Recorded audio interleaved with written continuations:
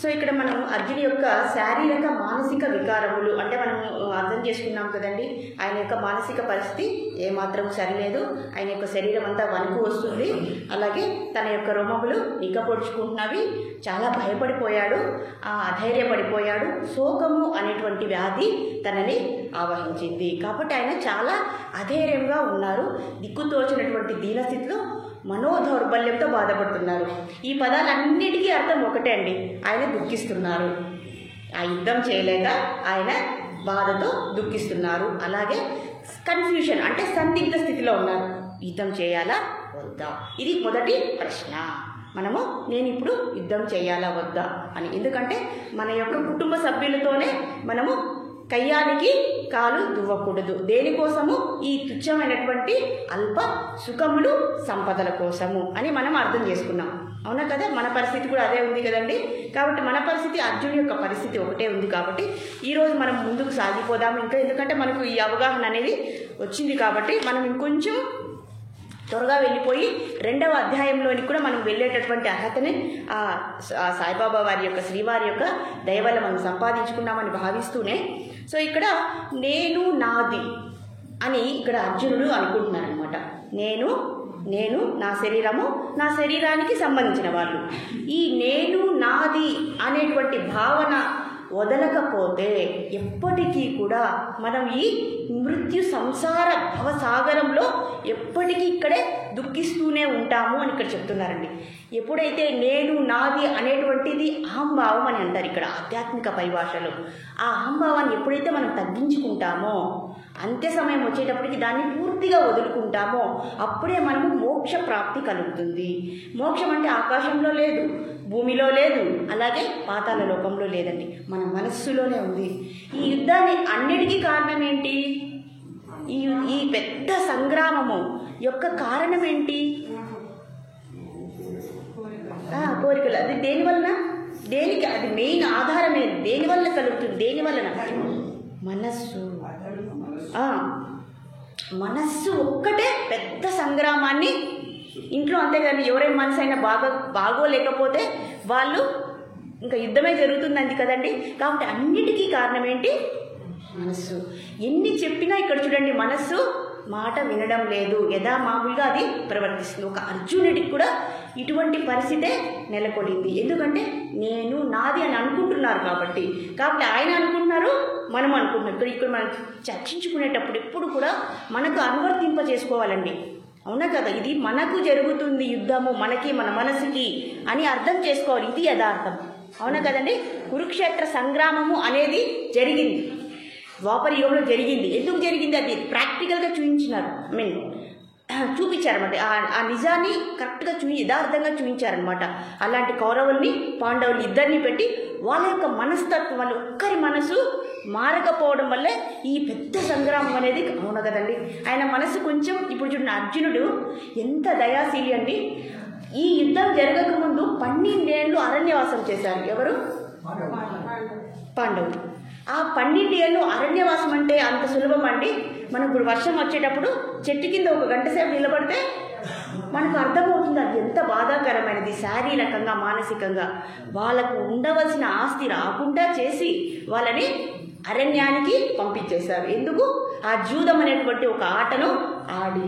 మరి ఈ పాండవులు ధర్మపరులు కదా, మరి జూదం అనేటువంటి ఆ ఆటని ఎందుకు ఆడారు? అది మనం ఆలోచించామా? అది ఆలోచన మనకు మైండ్లో వచ్చిందా? ఎక్కడి నుంచి మొదలవుతుంది చూడండి. ఇప్పుడు పాండవులు కూడా ఆ జూద క్రీడ అనేది ఆడకూడదు. అవునా కదండి? దానివల్లే కదా ఇవన్నీ వచ్చాయి. వాళ్ళు పిలిచారు, వీళ్ళు వెళ్ళిపోయి ఆడారు. ఏమైంది? అక్కడ శకుని ఉన్నారు, శకుని మోసం చేసి గెలుచుకున్నారు. మళ్ళీ ద్రౌపదీదేవిని అవమానించారు. అవునా కదా? మళ్ళీ ఏం చేసింది? ద్రౌపది యొక్క పాతివ్రత్యంతో మళ్ళీ తిరిగి రాజ్యాన్ని ఇచ్చేసారు. అక్కడ అందరూ కూడా గమ్మునే ఉన్నారండి. ఎప్పుడైతే ద్రౌపదీదేవి వచ్చారో, ఆమె వివస్త్రం చేయడానికి ప్రయత్నించారో, అప్పుడు భగవంతుడిని ఆమె ప్రార్థించింది. వెంటనే స్వామి ఏం చేశారు? వెంటనే ఆమెకి వస్త్రాన్ని ఇవ్వలేదండి.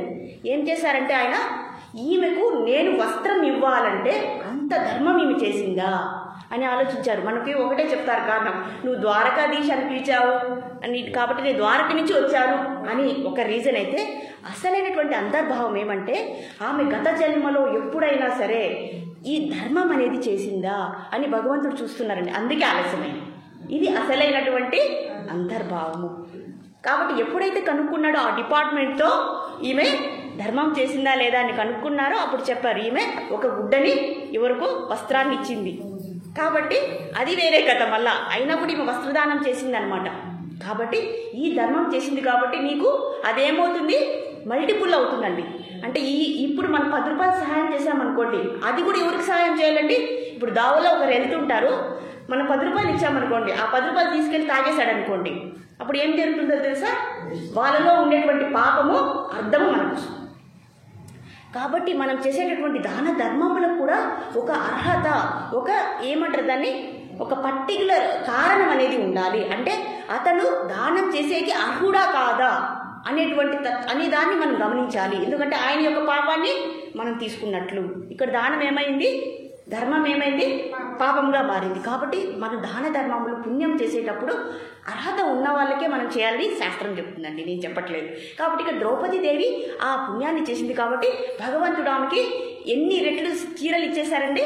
అవునా కదా? ధర్మం ఎప్పుడు కూడా పెరుగుతుంది. అవునా కదా? అది అప్పు ఎప్పుడు కూడా పెరుగుతుందా? అప్పుని మనం ఏం చేస్తాం, దాన్ని మార్చలేము కదా. సో అదే తప్పు, అదే పాపం అనుకోండి, పాపం కూడా పెరుగుతుంది.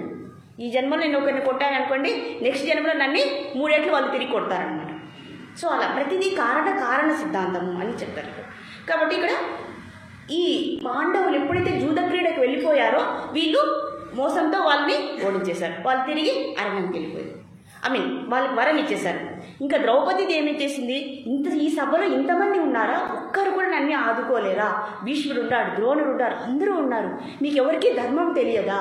ఒక నిండు ఆడ స్త్రీని ఇంతగా ఈ టైంలో నన్ను అవమానించారే, మీరు ఎలా మీరు ధర్మపరులా అని అడిగేటప్పటికి అప్పుడు ధృతరాష్ట్రుడు కొంచెం తగ్గి, ఎందుకు మనకు ఆడవాళ్ళ యొక్క ఉసురు, ఎందుకు మనకు మన చరిత్రకి దెబ్బ కలంకం అని చెప్పి, సరే అమ్మా నీకు ఏం కావాలో కోరుకున్నారు. అప్పుడు తిరిగి నా భర్తలందరినీ విడిపించేసి ఆ తర్వాత వాళ్ళ రాజ్యాన్ని కూడా తిరిగి ఇచ్చేయండి అని చెప్పింది అనమాట. ద్రౌపదీదేవి కాపాడారనమాట అప్పుడు పాండవులందరూ ఇంకా వాళ్ళు ఇంకా ఆ శాపానికి బలి అయిపోయారనమాట. మళ్ళీ ఏమైంది, వాళ్ళు తిరిగి బయట వెళ్ళినప్పుడు మళ్ళీ ఒక పిలుపు వచ్చిందనమాట పాండవులకి, తిరిగి మీరు మళ్ళీ యుద్ధం ఆడాలి. ఇక్కడ ధర్మరాజు ఏమయ్యారు, ధర్మ నిరతి ఏమైంది? ఇక్కడ ప్రతిదీ ఆలోచించాలండి, ప్రతిదీ ఆలోచించాలి. అందుకే కదా ఇక్కడ మనం చెప్తున్నదే కర్మ సిద్ధాంతం గురించి చెప్పుకుంటున్నాం. ఇదంతా కర్మ సిద్ధాంతం, ఏం పని చేయాలి, ఏం పని చేయకూడదు. అవునా కదండి? ఎప్పుడైతే వాళ్ళు తిరిగి వెళ్ళిపోయారో, వాళ్ళ ఇంటికి వెళ్ళకపోతే మళ్ళీ తిరిగి పిలుపు వచ్చింది, తిరిగి మళ్ళీ వచ్చేసారు, మళ్ళీ ఆడారు, మళ్ళీ ఓడిపోయారు. ఇంకా 12 ఏళ్ళు వనవాసం వెళ్ళారు. మీరు అడగచ్చు ఎవరైనా, మళ్ళీ ఎందుకు ధర్మరాజు ఆడారు అని. ఇక్కడ ధర్మరాజుకు ఒక నీతి ఉంది, ఎవరైనా సరే ఒక రాజుని ప్రేరేపిస్తే ఆయన తిరిగి ఆడాలి. ఆ ధర్మంతో ఆయన రాజధర్మం. కానీ ఎటువంటి రాజుకైనా సరే ఒక ధర్మం అనేది ఉందా? ఇప్పుడు రాజు నేను ఇది ధర్మం అనుకుంటా అంటే ఆ ధర్మం అయిపోతుందా? భగవంతుడు చెప్పినదే ధర్మం. ధర్మం తు సాక్షాత్ భగవత్ ప్రణీతం. ధర్మరాజు ఆడుకుంటే ఏమవుతుందండి, వాళ్ళ రాజ్యం వాళ్ళకి వచ్చేసింది కదా. సో అందువల్ల వాళ్ళు అరణ్యవాసం చేయవలసి వచ్చింది. ఎన్నేళ్ళు? 12 సంవత్సరం. వాళ్ళ 12 సంవత్సరంలో ఆహారం లేదు, నీరు లేదు, ఇల్లు లేదు, ఆకలి. భీముడికి చాలా ఆకలి అండి పాపం. ఆకలితో చాలా బాధలు పడ్డారు. అరణ్యంలో మనకేం దొరకదు, ఎప్పుడు ఫలములు దొరికితే అప్పుడు స్వీకరించాలి, మిగతా అంతా పస్తూ ఉండాలి. ఇలా చాలా బాధలు పడ్డారండి. ఇంత బాధపడి కూడా అర్జునుడు ఏం ఆలోచిస్తున్నాడు చూడండి. అర్జునుడు ఏం అతని యొక్క హృదయాన్ని నేను ఆలోచిస్తున్నానండి. ఆయన యొక్క హృదయం అనేది ఎంత త్యాగనిరతి, ఎంత ధర్మం కోసం ఎంత తప్పించిపోతున్నారు చూడండి. అది మనకు ఉండాలి అని చెప్పడానికే ఇంత మనము చర్చించుకుంటున్నాం అనమాట. సరే, కాబట్టి అర్జునుడి యొక్క మనసు మంచిది, ఆయన ధర్మపరుడు, ధర్మం కోసం ఆలోచిస్తున్నాడు, నీతి కోసం ఆలోచిస్తున్నాడు అని అర్థమైంది కదా. మరి భగవంతుడు ఎందుకు అది ధర్మం కాదు అని చెప్తున్నారో ఇంకా నెక్స్ట్ మనము ముందుకు వెళ్దాము, అప్పుడు మనకు అర్థమైపోతుంది. కాబట్టి ఇప్పుడు నేను నాది అనేటువంటి భావనని మనము వదులుకోవాలి, నిదానంగా వదులుకోవాలి. ఇక్కడ మనకి భగవద్గీతలో భగవంతుడే చెప్తున్నారు. ఇంకా ఏమన్నారు, లోభో సహత చేతన అంటే ఈ దుర్యోధనాదులకు ఉండే గుణాలు ఏంటివి? కామ, క్రోధ, లోభ, ఈ 3 ఎక్కువ. దుష్టత్రయం అంటారు వీటిని. దుష్టత్రయం అంటే 3 కదా. వీటితో కొట్టుకున్నటువంటి ఈ దుర్యోధనాదులను చంపడంలో ఎటువంటి తప్పు లేదు. దాన్ని లోపోపహత చేతసాం అంటున్నారు. కాబట్టి మనకు కూడా ఆ గుణాలు ఉన్నాయి, చెక్ చేసుకోవాలి. ప్రతిసారి మనము చెక్ చేసుకోవాలి. భగవద్గీత మనం మొదటి నుంచి చివరికి వెళ్ళే లోపలే మనలో ఉండేటువంటి దుర్గుణాలని మనము ఏం చేయాలి? పోగొట్టుకోవాలి. లేదంటే భగవద్గీత చదవడంలో అర్థమే లేదు. భగవద్గీత చదివిన తర్వాత కూడా మళ్ళీ మనం కాశీలోకి వెళ్ళి గంగలో స్నానం చేసి ఆ కాశీశ్వరుని దర్శనం చేసుకొని తిరిగి వచ్చి మరి పాపం చేయడంలో అర్థమే లేదు. అది ఆ పరమాత్మునికి మనం చేసేటటువంటి అపరాధం. అందుకే అండి భగవద్గీత వినాలన్నా, చెప్పాలన్నా, మనం డిస్కస్ చేసుకోవాలన్నా కూడా ఏం చేయాలి? ఆ నిష్ట అనేది ఉండాలి. ఎందుకు సాధించలేమండి? తప్పకుండా సాధిస్తాము. ఆ నిష్ట, మనకు ఆ సంకల్పం అనేది దృఢ సంకల్పం ఉండాలి. భగవంతుని నమ్మేటప్పటికి 100% నమ్మాలి. లేదంటే మనం భగవద్గీత చదవాల్సిన అవసరమే లేదు అని ఇక్కడ ఆచార్యులు చెప్తూ ఉన్నారు. సో అది ఇప్పుడు ఇక్కడ వచ్చేటువంటి 40, ఇప్పుడు మనం ఎన్ని శ్లోకాల వరకు వచ్చేసామంటే 38 శ్లోకాల వరకు వచ్చాము. మొదటి అధ్యాయంలో 38 శ్లోకాల వరకు మనం చర్చించుకున్నాము. ఇప్పుడు 39, 40, 41 అన్నింటిలో కూడా ఏం చెప్తున్నారో మనం చూద్దాము. ఇప్పుడు చూడండి, అర్జునుడి యొక్క మనసు ఏంటంటే, ఆయన యొక్క ఆలోచన ఏమంటే, యుద్ధం చేస్తాం, కౌరవుల్ని చంపేస్తాం, మగవారందరూ కూడా యుద్ధంలో చనిపోతారు. మరి ఆడవాళ్ళ పరిస్థితి ఏంటి? వాళ్ళ యొక్క భార్యల యొక్క పరిస్థితి ఏంటి అని అడుగుతున్నారు అర్జునుడు. ఇప్పుడు అయ్యా ఓ భగవంతుడా, సరే చంపేస్తాం, వాళ్ళ ఆడవాళ్ళ పరిస్థితి ఏమవుతుంది? భర్త లేకపోతే వాళ్ళకి ఆధారభూతం ఎవరు? అంటే ఏమవుతుంది? అప్పుడు యుద్ధంలో ఎవరు గెలుస్తారో వాళ్ళ పరిపాలన ఇక్కడ జరుగుతుంది. అవునా కదండి? అందుకు ఇక్కడ భగవంతుడు పదే చెప్తున్నారు, నీ కోసం నా కోసం కాదు, అంత సర్వ లోకమన్నిటికీ కూడా, లోకమంతటికి మనం అంటున్నాం కదా, మనం ఏమని ప్రార్థన చేస్తాం రోజు? సమస్త లోక సుఖినో భవంతు అని అనుకుంటున్నామా? నిజంగా అనుకుంటున్నామా? మనము లోకమంతా అందరూ బాగుండాలని ఎంతమంది అనుకుంటున్నారు మనసులో?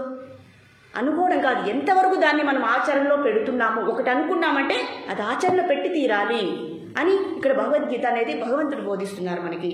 కాబట్టి ఇక్కడ ఏం చెప్తున్నారంటే, భార్యలందరూ కూడా వాళ్ళకి ఆధారభూతం అనేది లేకపోతుంది. ఎవరైతే యుద్ధంలో గెలుస్తారో వాళ్ళు ఏం చేస్తారు? ఆడవాళ్ళని కలుషితం చేస్తారు. ఏమవుతుందండి? ఆడవాళ్ళకి దిక్కు లేకపోతే ఏమవుతుంది? ఎవరంటే వాళ్ళని ఈ ఆడవాళ్ళు ఆశ్రయించవలసి వస్తుంది పోషణ కోసం. అప్పుడు ఏమవుతుంది? ఎప్పుడైతే రాజవంశం అనేది నాశనం అయిపోతుంది, యుద్ధం వలన రాజవంశం నాశనం అవుతుంది, కులధర్మాలు నశిస్తాయి. కులధర్మం అంటే తెలుసు కదండి, మనకు ఉండేటువంటి కులం ఏదైతే మనకంటూ ఒక సాంప్రదాయం ఉంటుంది కదండి ఇంట్లో, ఆ కులధర్మం అనేది నశిస్తుంది, అధర్మం అనేది పెరిగిపోతుంది. ఎందుకంటే ఇక్కడ అధర్మ పనులు వచ్చేసారు కాబట్టి. ఇప్పుడు ఎవరు గెలుస్తారండి? ఒకవేళ అధర్మమే గెలిచిందే అనుకున్నాం, అర్జునుడు ఏమంటాడు? నేను యుద్ధం చేయను, కౌరవులే గెలవనివ్వండి. ఎప్పుడైతే వాళ్ళు రాజులుగా చక్రవర్తులుగా వస్తే అధర్మంగానే పరిపాలిస్తారు. అప్పుడు ఏమవుతుంది? ఆడవాళ్ళ పరిస్థితి? వాళ్ళకంటూ ఒక దారి చెప్పాలి కదా, వాళ్ళకి మనం రెస్పాన్సిబుల్గా బాధ్యతగా ఉండాలి కదా. వాళ్ళు ఏం చేస్తారు? ఎవరినంటే వాళ్ళని నమ్మి ఆశ్రయిస్తారు. అప్పుడు ఏమవుతుంది? అధర్మం పెరిగిపోయి స్త్రీలు కలుషితం అయిపోతారు. స్త్రీలు కలుషితం అయిపోవడం వల్ల ఏమవుతుంది? వర్ణశంకరం ఏర్పడుతుంది. అంటే ఏమర్థము? మన కులం కానీ వాళ్ళు ఉండడం వల్ల మనకు ఎలాంటి అవాంఛిత సంతానం అనేది కూర్చొని రోడ్లో ఎంతోమంది పిల్లలు, అనాథ పిల్లలు, ఉదాహరణకు చెప్తున్నాను, వాళ్ళంతా ఎలా వచ్చారు? వర్ణశంకరం, అవాంఛిత సంతానం. అవునా కదండి? ఎంతోమంది పిల్లల్ని కనేసి చెత్త కుప్పల్లో పారేసిపోతుంటారు. అవునా కదండి? వాళ్ళకి ఒక ధర్మం ఉందా? ఒక కులం ఉందా? ఒక నీతి న్యాయం అనేది ఉందా? ఇక్కడ అలా అయిపోతారు. కాబట్టి ఆ పిల్లలు ఏం చేశారు? వీటన్నిటికీ ఎవరు బాధ్యత వహిస్తారని ఎవరు ఆలోచిస్తున్నారు? ఇక్కడ అర్థమవుతుంది కదండి? అర్థమవుతుంది కదా? సింపుల్గానే ఉంది కదా? సో ఇలా ఆలోచించు. కాబట్టి ఆడవాళ్ళు ఎప్పుడైతే కలుషితం అవుతారో అవాంఛిత సంతానం ఏర్పడుతుంది. మరి అవాంఛిత సంతానం ఏర్పడిన తర్వాత ఇప్పుడు చూడండి, మన ఇంట్లో ఎవరైనా శరీరాన్ని త్యాగం చేస్తే మనం ఏం చేస్తాము? శ్రాద్ధ కర్మల్ని ఆచరిస్తాం. ఎవరు చేస్తారు శ్రాద్ధ కర్మల్ని? పిల్లలతో. అవునా కదండి? పిల్లలు లేదంటే మనవాళ్ళు. ఇప్పుడు ఎప్పుడైతే ఇట్లా ఆడవాళ్ళు కలుషితం అయిపోవడం వల్ల వాళ్ళు ఎవరికి పిండ తర్పణం చేస్తారు? ఈ వీళ్ళ సైడ్ చేస్తారా? వాళ్ళ సైడ్ చేస్తారా? కాబట్టి శ్రాద్ధ కర్మల్ని ఆచరించలేరు. కొడుకు అంటే, పుత్రుడు అంటే పున్నామ నరకం నుంచి తప్పించేవాడు పుత్రుడు. అవునా కదండి? కానీ ఆ పుత్రుడే లేకపోతే శ్రాద్ధ కర్మని ఎవరు ఆచరిస్తారు? పితృదేవతల్ని ఎవరు సంతృప్తి పరుస్తారు? చూడండి, ఎప్పుడైతే వీళ్ళు వేరే లోకాలకు వెళ్ళిపోతారో వాళ్ళకి ప్రతి సంవత్సరం కూడా వర్ధంతి అనేది జరుపుతారు కదండి, సంవత్సరికం జరుపుతారు కదా. ప్రతిసారి ఏం చేస్తారు? వాళ్ళు తర్పణాలు అనేవి వదులుతారు. అవునా కదండి? ఇవన్నీ మీకు తెలిసిందని నేను అనుకుంటున్నాను. సో అవన్నీ ఎవరు చేస్తారు? కాబట్టి ఎప్పుడైతే మనము ఈ శ్రాద్ధ కర్మలను పిండ తర్పణాలు చేయకపోతే ఆ పితృదేవతలకి ఆహారం ఉండదు. తెలుసు కదండి. ఇవన్నీ నిజమే అండి, దీంట్లో అబద్ధం ఏమీ లేదు. అవునా కదా? మనం ఎప్పుడైతే ఆ పిండ తర్పణాలు వదులుతామో అవన్నీ కూడా వాళ్ళకు ఆహారంగా చేరుతాయి అని ఇక్కడ చెప్తున్నారు, శాస్త్రం చెప్తుంది. కాబట్టి ఖచ్చితంగా మనము ఆ వర్ధంతి, పిండ తర్పణ, శ్రాద్ధ కర్మల్ని ప్రతి సంవత్సరం మనం ఆచరించాలి. మన పితృదేవతలు. పితృదేవతలు అంటే మన తాత ముత్తాతలు కాదండి, 3 దేవతలు ఉన్నారు, వాళ్ళనే పితృదేవతలు అంటారు. ఆ ముగ్గురిని పూజించడం వల్ల మిగిలిన మన ఈ కుటుంబ సభ్యులు ఎవరైతే వాళ్ళు ఆ స్వర్గస్థులు అయ్యాలి అంటే ముఖ్యంగా ఇక్కడ నరకం గురించే మాట్లాడుకోవాలండి. మనం స్వర్గంలో ఉండే వాళ్ళకి మనకేం పిండ తర్పణాలు చేయాల్సిన అవసరం లేదు. కానీ మనం ఇక్కడ వాళ్ళు స్వర్గం పోయినారో నరకం పోయినారో మనకు తెలియదు కదండి. కానీ మనం చేసేటటువంటి ఈ రిచువల్స్, ఈ శ్రాద్ధ కర్మలు ఏవైతే ఉన్నాయో వాటిని మనము ప్రతి సంవత్సరము ఆచరించాలని ఇక్కడ శాస్త్రం చెప్తుందండి. అందుకు పుత్రులు అని చెప్తారు. కాబట్టి అవన్నీ ఎవరు చేస్తారు? ఎప్పుడైతే మనం ఈ పిండ తర్పణాలు చేయకపోతే వాళ్ళకి ఆహారం లేక ఎప్పటికీ కూడా స్థూల శరీరం దొరకదు. స్థూల శరీరం అంటే ఏంటి? మానవ శరీరం కాదు, జంతు శరీరం, ఏ శరీరమైనా రాకుండా వాళ్ళు అలానే ఉండిపోతారు. కాబట్టి వీటన్ని వాళ్ళకి స్థూల శరీరం రాకుండా పాపం వాళ్ళు చూడండి, ఆత్మ ఒక్కసారి కానీ శరీరాన్ని వదిలిందంటే వాళ్ళు పడేటటువంటి బాధ ఇంకొకటి ఉండదు. కాబట్టి మనం ఏం చేయాలి? పిల్లలుగా, కొడుకులుగా, మనవళ్ళుగా మనం ఈ కర్మని ఆచరించాలి అని ఇక్కడ శాస్త్రం చెప్తుందండి, తప్పకుండా. కాబట్టి వీటికి ఎవరు బాధ్యత వహిస్తారు కృష్ణ అని అడుగుతున్నారనమాట. భగవంతుడు కరెక్టే కదండి, ఇందులో అడిగిన దాంట్లో ఏమైనా తప్పు ఉందా? ఇప్పుడు ఎవరు అర్జునుడి పక్క వెళ్తారు? అందరూ. మరి కృష్ణుడు ఎందుకండి? కృష్ణుడు ఏమనలేదండి, భగవంతుడు ఏమనలేదు, బొమ్మను చూస్తున్నారు. అయ్యా మీరేం మాట్లాడతారు, మొదట మాట్లాడండి, ఆ తర్వాత నేను మాట్లాడతాను. ఎంత ఓపికగా విన్నారండి భగవంతుడు. కానీ ఇప్పుడు అర్జునుడే ఎక్కువ మెజారిటీ అనేది ఉంది, అర్జునుడు న్యాయంగా మాట్లాడుతున్నారు. అవునా కదండి? అవునా కదండి? సో 45 శ్లోకంలో కూడా అదే చెప్తుంది. సరే కృష్ణ, నాకు ఇష్టం లేదు, పిల్లలు అనాథలైపోతారు, పితృదేవతలు వాళ్ళకి ఆహారం అందదు, ఎప్పటికీ శరీరం నా ఒక్క సుఖం కోసము ఇంతమందిని నేను హింసించాలా? అవసరం లేదు. ఒక పని చేస్తాను, నేను యుద్ధంలో ఎటువంటి అస్త్రశస్త్రాన్ని ఉపయోగించను, నేను అలాగే నిలబడతా, ఆ కౌరవులన్నీ సంహరిస్తారు, ఇది మేలు. వాళ్ళని సంహరించే కంటే నేనే యుద్ధంలో మరణిస్తాను. అప్పుడు దానివల్ల ఏమవుతుంది? పితృదేవతలందరూ బాగుంటారు, ఆడవాళ్ళందరూ కూడా వాళ్ళు మంచి సేఫ్గా ఉంటారు. సేఫ్గా అంటే ఏమంటారు? సురక్షితంగా ఉంటారు. వాళ్ళకి నేను వాళ్ళని చంపినాను అనేటువంటి పుణ్యం నాకు రాదు. నేను కొత్తగా ఆగమ కర్మలను నేను చెయ్యను. కొత్త పాపాలు, ఇప్పుడు ఉండే పాపం చాలు, నేను కొత్త కర్మల్ని చేసి కొత్త పాపాలు నాకు అవసరం లేదు, ఇప్పుడు ఉన్నవే చాలు. అలాగే మన కుటుంబ సభ్యులందరినీ కాపాడుకుంటా. కాబట్టి కృష్ణ, నేను యుద్ధం చెయ్యను అని ఆయన మళ్ళీ తిరిగి మాట్లాడుతూ ఉన్నారన్నమాట. సో ఈ విధంగా మనకు ఏమవుతుంది? మొదటి అధ్యాయము ఈ శ్లోకంతో ముగుస్తుంది అని ఇక్కడ చెప్తున్నారు. కానీ మనం ఎలా ఉంటామండి? మనకి ఎంత తాపత్రయం. అవునా కదా? ఒక 2 వ్యక్తులు ఉన్నారంట, వాళ్ళిద్దరూ కాశీకి పోవాలని నిర్ణయించుకున్నారనమాట. వాళ్ళిద్దరి దగ్గర మంచిగా ధనం ఉందనమాట. కాశీకి వెళ్ళే మార్గంలో ఒక మంచి ఊరు వచ్చిందంట. ఆ మంచి ఊరు చాలా బాగుందంట. ఇద్దరి దగ్గర డబ్బులు ఉన్నాయన్నమాట. ఒకరు మాత్రం కాశీకి వెళ్ళిపోదాం అనుకున్నారు, ఇంకొకరు రూమ్ తీసుకున్నారంట అక్కడ. ఇంకొకరు మాత్రం ఈ ఊరు చాలా బాగుంది, నా దగ్గర డబ్బులు చాలా ఉన్నాయి, నేను ఇక్కడే బాగా ఎంజాయ్ చేస్తాను, మళ్ళీ వెళ్దాంలే కాశీకి, ఏముంది, వయసు ఏమైపోయింది నాకు, బాగా ఎంజాయ్ చేసేసి ఇంకా విరక్తికి వచ్చిన తర్వాత కాశీకి వెళ్ళిపోదామని చెప్పారు. ఇందులో ధార్మికుడు, ఒక భక్తుడు ఒకడు ఉన్నాడు. ఆయన, వద్దయ్యా మనం కాశీకి పయనమయ్యాము, వాళ్ళంతా చేయకూడదు, ముందు కాశీ విశ్వేశ్వరుని మనం దర్శించుకుందామంటే ఆయన ఫ్రెండ్ వినలేదనమాట. సరే నువ్వు పో, నేను మళ్ళీ వస్తా అన్నాడు. ఈ ఫ్రెండ్ ఏం చేశాడు? ఇతనికి పాపం తెలియదు, మూర్ఖుడు. సరే నేను ఇక్కడే ఊర్లో ఉంటాను, ఏం చేస్తాడు చెయ్యి, ఒకేసారి ఇద్దరు కలిసిపోదాం అనుకున్నాను అనమాట. ఇతను ఏం చేశాడు? డబ్బులు ఉన్నాయని ఇంకా అన్నీ అలవాట్లు వచ్చేసాయి, తినడం, తాగడం అన్నీ చేసి, కొట్లాడడం అన్నీ చేసి, ఒక గ్రూప్లో జాయిన్ అయ్యి అందరూ కలిసి ఒక మనిషిని సంహరించి ఏమైంది? హత్యకు కారణమయ్యాడు. అయ్యి ఆ రాజు దగ్గరికి తీసుకెళ్లారు. ఆ రాజు ఏం చేశారు? ఉరిశిక్ష వేశాడు. ఇదన్నీ తెలుసుకున్నటువంటి మిత్రుడు ఎవరైతే ఉన్నారో, అయ్యో మూర్ఖుడు, అమాయకుడు, ఏమీ తెలియదు, ఎలాగైనా సరే నా స్నేహితుడిని నేను రక్షించుకోవాలని రాజు దగ్గరికి పోయారనమాట. చూడండి ఎంత తెలివిగా వెళ్ళాడు ఒక భక్తుడు. అప్పుడు రాజు దగ్గరికి, అయ్యా రేపు ఉదయం 4:30 గంటలకి, అంటే తెలియదు అనమాట నా స్నేహితుడు అని చెప్పకుండా, రేపు ఉదయం 4:30 గంటలకి ఒకతను ఎవరో ఉరిశిక్ష మీరు అమలు చేస్తున్నారు, అది నాకు బాగా జాతకం తెలుసు, నేను ఆస్ట్రాలజర్ అంటే ఏమంటారు, జ్యోతిష్యం బాగా తెలిసినటువంటి వ్యక్తిని, ఓ రాజా మీరు రేపు 4:30 ఊరి వేస్తున్నారు కదా, కానీ ఆ వ్యక్తికి వేయొద్దండి, నాకు వేయండి. ఎందుకంటే ఎవరైతే రేపు 4:30 గంటలకు శరీరాన్ని వదులుతారో వాళ్ళు నెక్స్ట్ జన్మలో మహాచక్రవర్తులు అవుతారు, కుబేరులు అవుతారు. కాబట్టి రాజా అతనికి శిక్ష విధించద్దండి, నాకు విధించండి అని చెప్పారనమాట. రాజు వెంటనే ఇదేదో మంచి డీల్గా ఉంది, ఇదైతే చాలా బాగుంది, అయ్యా నువ్వు వెళ్ళిపో, ఆ శిక్ష మన శిక్ష నేను వేసుకుంటాను అని చెప్పి, లేదు రాజా నేను చెప్తున్నాను, నాకే అది అర్హత ఉందంటే, లేదు అయ్యా నాకే అర్హత ఉందని ఇద్దరు కొట్లాడుకొని ఆయన బయట తరిమేశారనమాట. వెంటనే రాజు వెళ్ళి ఆయన తప్పించి ఆయనే ఉరి శిక్షని అమలు చేసుకున్నారు. ఈ విధంగా ఆయన మిత్రుడిని కాపాడుకున్నాడు. చూడండి, డబ్బులు చేతిలో ఉంటే ఏమవుతుంది? ఎలా? మాయా, డబ్బు అంటే మాయా, మనల్ని అధో గదిలో పంపిస్తాను. ఇక్కడ భక్తి అనేటువంటి మిత్రుడు ఉండడం వల్ల ఏమైంది?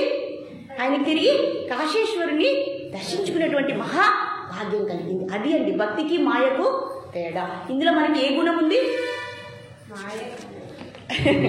ప్రతిసారి మనము దీన్ని మనసులోకి ఎక్కించుకోవాలి. 3 పుర్రెలు ఉన్నాయంట. ఒక విక్రమార్కుడు అనేటువంటి రాజు ఒకరు ఉన్నారనమాట. ఎప్పుడైతే వాళ్ళు ఇలా సభలో కూర్చున్నారో ఒక రాక్షసుడు ఆయన యొక్క అసిస్టెంట్తో సహా దిగిపోయాడు అనమాట. 3 పుర్రెలను పట్టుకొని వచ్చి లోపలికి వచ్చేసి తలుపులు మూసేశాడు. ఏంటి ఈయనెవరో రాక్షసుడు వచ్చి తలుపులు మూసేశాడు, ఏమైంది అని విక్రమార్కుడు అడిగాడనమాట. అయ్యా నేను పెద్ద మాంత్రికుణ్ణి, రాక్షసుని, నేను అనుకుంటే మిమ్మల్ని అందరినీ ఒకేసారి అమాంతంగా మింగేస్తాను. కాకపోతే ఈ 3 పుర్రెల గురించి మీరు ఈ చిక్కుముడిని నాకు విప్పాలి, లేదంటే తెలుసు కదా నా సంగతి, మీ అందరినీ కూడా అయ్యో మేము కాదండి కానీ చూడేదండి అని చెప్పారనమాట. అప్పుడు వెంటనే విక్రమార్కుడు ఆలోచించారు. అందరూ భయపడ్డారు. అయ్యో ఈరోజు మేము లేచిన గడియలు బాగాలేవు, ఈ రాక్షసుడి అంతా మేము పడిపోయాము అన్నారు. వెంటనే ఒక మంత్రి లేచి విక్రమార్కుడు మహారాజు వరకు ఎందుకు, నేనే ఆ చిక్కుముడిని విడదీస్తాను అని చెప్పి మొదటి పుర్రెని తీసుకున్నాడు అనమాట. ఒక కడ్డీ తీసుకుని రండి అన్నారనమాట. ఆ కడ్డీని తీసుకుని ఆ పుర్రెకి చెవులు ఉంటాయి కదండి, చెవు అంటే చెవులు చర్మం ఏమీ ఉండదు, చెవులు ఉంటాయి కదా, ఓపెన్ ఉంటుంది కదా. ఆ కడ్డీని తీసుకొని ఒక పుర్రెని తీసుకొని ఆ చెవిలో పెట్టాడనమాట. పెడితే వెంటనే ఈ చెవిలో నుంచి ఈ చెవిలోకి కడ్డీ సులభంగా వచ్చేసిందండి, సరళ రేఖలో వచ్చేసింది. ఇది అధమ పుర్రె అన్నాడనమాట. అధమ పుర్రె అంటే ఏమి? ఇక్కడ వినింది ఇక్కడ వదిలేస్తారు, ఏమి మనసులోకి ఎక్కించుకోరు. అలాగే 2వ పుర్రెని తీసుకున్నాడు అనమాట. దాన్ని పెట్టేటప్పటికి అదేమైంది, నోట్లో నుంచి వచ్చిందనమాట. ఇది మధ్యమ పుర్రె అంటే విన్నది చెబుతారు కానీ దాన్ని హృదయంలోకి తీసుకోరు. మరి ఇంకో పుర్రెని తీసుకున్నారనమాట. ఇంకో పుర్రెని పెట్టేటప్పటికి అది హృదయంలోకి పోయిందనమాట. ఇది ఉత్తమ పుర్రె. విన్న విషయాలు ఏవైతే ఉన్నాయో రామాయణ భాగవతాదులు ఏ గ్రంథమైనా సరే, మన బాబా గారు చెప్పేటటువంటి ఆ సమాచారమైనా సరే, ఆ భక్తి ప్రబోధమైనా సరే, వాళ్ళు ఏం చేస్తారు, విని మనసుకు తీసుకొని హృదయంలోకి తీసుకొని ఆచరించడానికి ప్రయత్నిస్తారు. వాళ్ళే ఉత్తమమైనటువంటి పుర్రె అని ఆ రాక్షసుడికి ఇచ్చి, ఆ రాక్షసుడు ఎంతో ఆశ్చర్యానికి గురయ్యాడు. అబ్బా ఎంత బాగా చెప్పారండి అని ఆ రాక్షసుడు అప్పటి నుంచి మారిపోయాడు అనమాట. ఒక భక్తుడి యొక్క చేతిలో పడితే ఏమవుతారు, రాక్షసులు కూడా వాళ్ళకు కూడా భక్తి అనేది వస్తుంది. అప్పటి నుంచి ఆయన అటువంటి కార్యాల గురించి ఆయన కూడా రామకృష్ణ అనుకుంటూ వెళ్ళిపోయాడు అనమాట. ఇది అండి. సో ఇటువంటి తాపత్రయము మనకు ఉంటుంది. కాబట్టి విన్నటువంటి అంశాలు ఏవైనా సరే, ఈ ఆధ్యాత్మిక విషయాలు ఏవైనా సరే, మంచి మాటలు, దైవంకి సంబంధించిన మాటలు మనము ఆచరించడానికి ప్రయత్నించాలి అని ఇక్కడ చెప్తున్నారు. ఇలా మన తత్వం నడుస్తుంది, అవునా కదా? కానీ అర్జునుడి యొక్క తత్వం ఏం నడుస్తుంది? నాకు ఏమీ వద్దు, నేను ఎన్ని కష్టాలైనా పర్వాలా, ఇంకా 14 సంవత్సరాలు కావాలంటే నేను వనవాసం వెళ్ళిపోతా, లేదంటే సన్యాసి తీసేసుకుంటా, లేదంటే భిక్షమెత్తి అడుక్కుంటా, కానీ వీళ్ళను యుద్ధం చేయను కృష్ణ అన్నారు. ఇంకా కృష్ణ ఆలోచిస్తున్నారు, ఈయన జబ్బు ముదురుతుంది, ఎటువంటి మందు ఇవ్వాలి. ఇక్కడ భగవద్గీత అంటే ఏంటంటే ఒక మందు, మన జబ్బులకు సరైనటువంటి ఔషధం అని చెప్తారు. ఆ మందునిచ్చేవాడెవరు? వైద్యుడు. అది. సో ఇప్పుడు మనం అధ్యాయం 2లో ఏమేమి అంశాలు తెలుసుకుంటున్నామో ఒక్కసారి చర్చించుకుందాం. అదేంటంటే మన జీవితంలో మనకు గురువు ఎందుకు? ఇది క్వశ్చన్, ఇది ఒక ప్రశ్న. మన జీవితంలో మనకు గురువు ఎందుకు అనేది ఒక ప్రశ్న. ఇంకొకటి, మన యొక్క అస్తిత్వం ఏంటి? ఈ అధ్యాయంలో మనం తెలుసుకోవాల్సి, ఈ 2వ అధ్యాయం అంటే చాలా చాలా చాలా ముఖ్యమైనది. ఇది అర్థం చేసుకుంటేనే మనకు మిగిలిన అధ్యాయాలు సులభంగా అర్థమవుతాయి. సులభంగా అర్థం చేయడానికే మనం ప్రయత్నిద్దాం. మన యొక్క అస్తిత్వం ఏంటి? మన యొక్క అస్తిత్వం ఏంటి? ఆత్మ. ఎవరు చెప్పారు? స్వప్న మాతాజీ మీరేనా? చెప్పండి, పర్వాలేదు. సో మన అస్తిత్వం, మనం ఎవరండి? మనం ఎవరు? శరీరంలో ఉన్నటువంటి ఒక ఆత్మ. మనం ఎవరో చెప్పాలి కదా మనము. ఒకేసారి పేరు చెప్పకండి, ఇంకా నుంచి మనం మార్చేద్దాం మన భాషని. సో కాబట్టి మనము శరీరము ఆత్మ, కాబట్టి మనకు కావాల్సింది జ్ఞానం. కాబట్టి శరీరము ఆత్మ సమ్మేళనాన్ని అస్తిత్వము అంటారు. ఈ పదం గుర్తుపెట్టుకో. ఓకే, నెక్స్ట్ మనం కర్మని ఎలా ఆచరించాలి. ఇప్పుడు కర్మయోగ కదండి. ఈ 1 నుంచి 6 వరకు మనం నేర్చుకునేది కర్మయోగ, నిష్కామ కర్మయోగ. లేదంటే మొదటి అధ్యాయంలో ఏమి ఇచ్చారు, ఆ సైనికుల యొక్క పరిశీలన, అంటే ఇద్దరు ఎలా నిలబడ్డారు, ఏం చేస్తున్నారు అనేది ఇక్కడ మనం చేశాము. అలాగే ఏమన్నాము, మొదటి అధ్యాయం పేరేంటి, మొదటి అధ్యాయం పేరేంటి స్వప్నమాతది చెప్పు. సైనిక పరిశీలన చెప్పేశాను నేను. అది ఇంకోటి అర్జున, ఎవరు చెప్తున్నారు, వెరీ గుడ్, మంచి మంచి స్టూడెంట్, మంచి భక్తురాలు. అర్జున విషాద యోగం. ఇప్పుడు విషాదంలో ఆయనకి యోగం అయిపోయింది. ఈ విషాదమే దుఃఖమే యోగం అయిపోయిందండి. నెక్స్ట్ సాంఖ్య యోగం. అండ్ ఇంకొకటి ఏంటంటే మనం ఎటువంటి కర్మల్ని ఆచరించాలి. 1 నుంచి 6 వరకు మనము ఎటువంటి పనులు చేయాలి. కర్మ అంటే పని అండి, కర్మ అంటే పని. ఏ పనులు చేయాలి, ఏ పనులు చేయకూడదు అని చెప్తుంది అనమాట. ఈ 1 నుంచి 6 అధ్యాయాలు మొత్తం కర్మయోగము అని చెప్పారు. నెక్స్ట్ ఇంకొకరు మనం జీవన్ముక్తుడు ఎలా అవుతాము. మనం ఇప్పుడు అందరూ బాధపడుతున్నాం కదండి, దుఃఖాలయంలో ఉన్నాం కదా, బాధలతో ఉన్నాం. దీని నుంచి మనము ఎలా ముక్తిని పొందాలి. ఒకవేళ ముక్తిని పొందినటువంటి వ్యక్తి ఎలా ఉంటాడు, వాళ్ళనే స్థితప్రజ్ఞుడు అంటారు. స్థితప్రజ్ఞుడు అంటే ఎటువంటి బాధలకు ఆనందం వస్తే ఎక్కువ ఆనందించడు, దుఃఖం ఇస్తే ఎక్కువ దుఃఖించడు, అలాగే స్థిరంగా ఉంటాడు. చలించని వ్యక్తినే స్థితప్రజ్ఞుడు. ఎలాంటి పరిస్థితులు వచ్చినా, అవునా కదండి, భూకంపాలు వచ్చినా, వరదలు వచ్చినా, అలాగే పెద్ద ఆనందం వచ్చినా ఆయన ఏ విధంగానూ చలించడు. అలాంటి వాడిని స్థితప్రజ్ఞుడు అంటారు. గాంధీ మహాత్ముడు ఈ 54 నుంచి 72 శ్లోకాలని ప్రతి నిత్యము కూడా ఆయన చదివేవారు. ఎందుకంటే ఆయన రాజకీయవేత్త కదండి. ఎలాంటి సంఘటనలు, ఎలాంటి పరిస్థితులు వచ్చినా కూడా ఆయన చలించకూడదని భగవద్గీతలో ఉన్నటువంటి ఈ 54 నుంచి 72 శ్లోకాలు, 18 శ్లోకాలని నిత్యం ఆయన జపించేవాడు అని చెప్తున్నారు. కాబట్టి ఈ అంశాలని మనము ఈ సాంఖ్యయోగం 2వ అధ్యాయం ఏంటి, సాంఖ్యయోగం 2వ అధ్యాయం ఏంటి, సాంఖ్యయోగం. సాంఖ్య అంటే ఏమి, వెరీ గుడ్, జ్ఞానయోగం, సాంఖ్యయోగం. సాంఖ్యలోనే ఉంది కదా అర్థం, సంఖ్య. సరే సరే సరే, యా ఆఫ్ కోర్స్ జ్ఞానయోగం. ఇక్కడ మనకి సంఖ్య అంటే ఏమి, నెంబర్, సంఖ్య. తెలుగులో సంఖ్య అంటాము కదండి మనము, నంబర్స్ని తెలుగులో ఏమంటాము, సంఖ్య. కాబట్టి సంఖ్యను ఆశ్రయించింది అంటే మన జ్ఞానాన్ని మీకు అర్థమయ్యేట్టుగా చెప్తాను. మీకు మనం చెప్పాం, మనం ఎవరు అంటే మనం ఏమన్నాము, శరీరంలో ఉన్నటువంటి ఆత్మ అన్నాము. ఇప్పుడు అర్జునుడు ఏమంటున్నాడు, ఎందుకు సాంఖ్యయోగం వచ్చింది అంటే అర్జునుడు ఏమన్నాడు, వాళ్ళు చనిపోతారు, వాళ్ళు చనిపోతారు, వీళ్ళు చనిపోతారు, నేను చంపను, నేను చంపను, నేను చంపను అంటున్నారు. కానీ ఆత్మని ఎవరయ్యా చంపేది, ఎవరు చంపగలరు ఆత్మని? ఒక యోగుడు. ఎప్పుడైతే అలెగ్జాండరు మన భారతదేశం మీదకి దండయాత్ర చేస్తున్నారో అప్పుడు ఏమైంది అసలు, ఒక సన్యాసి అక్కడ కూర్చొని ఉన్నారనమాట. సన్యాసి కూర్చొని ఉంటే అలెగ్జాండర్ ఇలా వచ్చారనమాట. ఎప్పుడైనా సరే రాజు వస్తే మనం లేచి నిలబడాలి కదండి. ఆ సన్యాసి అలాగే జపం చేసుకుంటూ చూస్తూ చూడనట్లు ఉన్నాడనమాట. వెంటనే అలెగ్జాండర్కి, నేనేమనుకుంటున్నావు, నువ్వు ఎన్నో దేశాలని జయించా, నేను నన్ను చూసి నువ్వు లేచి నిలబడవా, అరే ఆ సైన్యాధ్యక్షుడు పిలిచి ఆయన వెంటనే ఉరి తీసేయండి అన్నాడనమాట. వెంటనే సన్యాసి ఏమన్నాడు, హహహా నవ్వాడు. ఈ అలెగ్జాండర్కి డౌట్ వచ్చింది, ఇదేంటి, నేను మరణశిక్ష వేయమంటే తల నరకమంటే నవ్వుతావా, ఆగండి, 1 నిమిషం ఆపండి, మళ్ళా మీరు శిక్షణ అమలు చెదరు. అయ్యా సన్యాసి గారు, నేను మీకు ఏమి వరమాల ఏమని చెప్పడం లేదు, ఏమని చెప్తున్నాను, తలను తీసేయమని చెప్పాను. మీకు ఎందుకు నవ్వు వస్తుంది, ఆ కారణం నాకు చెప్పండి. అప్పుడు చెప్పాడనమాట సన్యాసి, నువ్వు కాదు నన్ను చంపేది, మీ నాన్న, మీ తాత, మీ పెద్దనాన్న, మీ జేజినాన్న ఎవ్వరు నన్ను చంపలేదు. ఏమనుకుంటున్నావు నువ్వు, నేను శరీరం అనుకుంటున్నావా, నేను ఆత్మని, నువ్వు నన్నే చంపలేవు, నువ్వు నా శరీరాన్ని మాత్రం చెప్తావు, నన్ను చంపలేవు. ఎంత ఆశ్చర్యమైందంటే తెలుసండి అలెగ్జాండర్కి, భారతదేశంలో ఇలాంటి శుద్ధభక్తులు, సన్యాసులు, ఆధ్యాత్మికవేత్తలు ఉన్నారా? అందుకే కదండి భరతఖండే జంబూద్వీపే ఎందుకు చెప్తున్నారండి, ఈ భరతవర్షంలో జన్మించిన వారికి, భరతఖండంలో జన్మించిన వారు ఎవరు, మహాపుణ్యాత్ములండి. ఇప్పుడు చూడండి, ఈ ఈ వర్షంలో, ఈ ఖండంలో, ఈ జంబూ ద్వీపంలో ఎవరైతే ఇక్కడ జన్మిస్తారో మహాపుణ్యాత్ములని.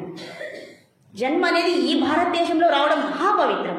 కాబట్టి మన భారతదేశాన్ని వదిలి ఎక్కడికి వెళ్ళకూడదు. ఎందుకంటే అంత పరమ పవిత్రమైనటువంటి ప్రదేశం, అలాగే పరమ పవిత్రమైనటువంటి శుద్ధ భక్తులు ఉన్నటువంటి ఈ ప్రదేశము. కాబట్టి మనకు ముక్తి అనేది త్వరగా వస్తుంది. ఇప్పుడు చూడండి, మనమందరూ కలిసి జపం చేస్తున్నాం కదా, ఇది మన ఒక్కరికే రాదు, అందరికీ వెళ్ళిపోతుంది. నైమిసారణ్యంలో ఎంతో మంది ఋషులు మన కోసం తపస్సు ఆచరిస్తున్నారు, నిత్యము తపస్సు చేస్తున్నారు. ఎవరి కోసం? లోక కళ్యాణార్థం. ఎప్పుడు కూడా మన కోసం మనం తపస్సు చేయకూడదు, మన కోసం మనము పూజ చేయకూడదు. అందరూ బాగుండాలి, అందరిలో నేను కూడా ఉండాలి అనేటువంటి భావనతోనే జప తపాదులని చేయాలి. అప్పుడే దేవుడికి అది నచ్చుతుంది. అంతేగాని నేను బాగుండాలి, నాకు ₹1 ఇచ్చేయి, నాకు ప్రైమ్ మినిస్టర్ చేసేయి, నన్ను రాష్ట్రపతి చేసేయి, ఆ తర్వాత అలాంటి భావన మనకు ఉంటుంది. అలాంటి భావనతో చేస్తే వాళ్ళు పునరపి జననం పునరపి మరణం, ఏ కుక్కో పిల్లో ఎలాగో పుట్టేస్తారు. కాబట్టి అందుకే ఇక్కడ భగవంతుడు నేర్పిస్తున్నారు. కాబట్టి ఈ సాంఖ్యయోగం ఎందుకు చెప్తున్నారంటే భగవంతుడు, ఇప్పుడు అర్జునుడు ఎంతసేపు నేను వాళ్ళని చంపను, నా బంధువులు, నా ఇది అంటున్నారు. అయిపోయింది టైము, వేయండి పర్వాలేదు, కొద్దిగా వేయండి పర్వాలేదు. సో చెప్తున్నారు ఎందుకు సాంఖ్యం అనే పదం అంటే అర్జునుడికి అర్థం చేయిస్తున్నాడు. అయ్యా, నువ్వు శరీరం కాదు, నువ్వు, వాళ్ళు, నేను అందరూ ఎప్పటికీ ఉంటాము. ఇక్కడ వెళ్ళిపోయేది ఏంటి? శరీరము. అంటే ఇక్కడ భగవంతుడి గురించి కాదండి, వాళ్ళ గురించి, మనుషుల గురించి చెప్తున్నాడు. కాబట్టి శరీరం అనేది మనం చర్చించుకున్నాం కదండి, 24 అంశాలతో ఈ శరీరం ఏర్పడింది. ఇప్పుడు ఒక్కొక్కటి చెప్తున్నారు, అర్జునకు అర్థం చేస్తున్నారు. అయ్యా, నేను ఆత్మ అన్నారు, శరీరం కాదన్నారు. ఎలా శరీరం కాదు నేను అనే ప్రశ్న తలెత్తకుండా ముందుగానే భగవంతుడు చెప్తున్నారు. అయ్యా, నీ శరీరము 24 పదార్థాలతో తయారైంది. చెప్పుకున్నాం కదండి మనము, పంచేంద్రియాలు, పంచభూతాలు, కర్మేంద్రియాలు, అలాగే పంచతన్మాత్రాలు, మనసు, చిత్తం, బుద్ధి, అహంకారం, ఇలా 24 పదార్థాలతో నీ శరీరం ఏర్పడింది అని ఇప్పుడు చూపిస్తే అర్థమైంది కదండి. ఈ 20 పదార్థాలు తీస్తే మిగిలింది ఎవరు? సరే, మీరు ఎలా ఒప్పుకోరు? ఎప్పుడైతే మనిషి శరీరాన్ని వదులుతాడో ఏమైపోతుందండి? డీకంపోజ్ అయిపోతుంది. ఏమి మిగలదు కదండి, ఆ ఎముకలు మిగులుతాయి. ఎముకలుగా కొన్ని రోజులకి నశించిపోతాయి, డెకే అయిపోతాయి. కాబట్టి ఇప్పుడు అర్జునుడికి అర్థం చేయాలి కదా, నువ్వు శరీరం కాదు, నువ్వెవరివి? ఆత్మ, వెలుగుతున్నటువంటి జ్యోతి. ఇప్పుడు చూడండి, లైట్ వెలుగుతుంది, లైట్ నవ్వుతుందా? మనం నవ్వుతుందా? ఏడుస్తాము, అది ఏడుస్తుందా? ఓన్లీ ప్రకాశిస్తూ ఉంటుంది. అలాగే మన ఆత్మ కూడా ప్రకాశిస్తుంది, ఎటువంటి పని చేయదు. చేసే పని ఎవరు ఇక్కడ? ఎవరు చేస్తున్నారు? శరీరం కూడా కాదు, ఆత్మ కూడా కాదు,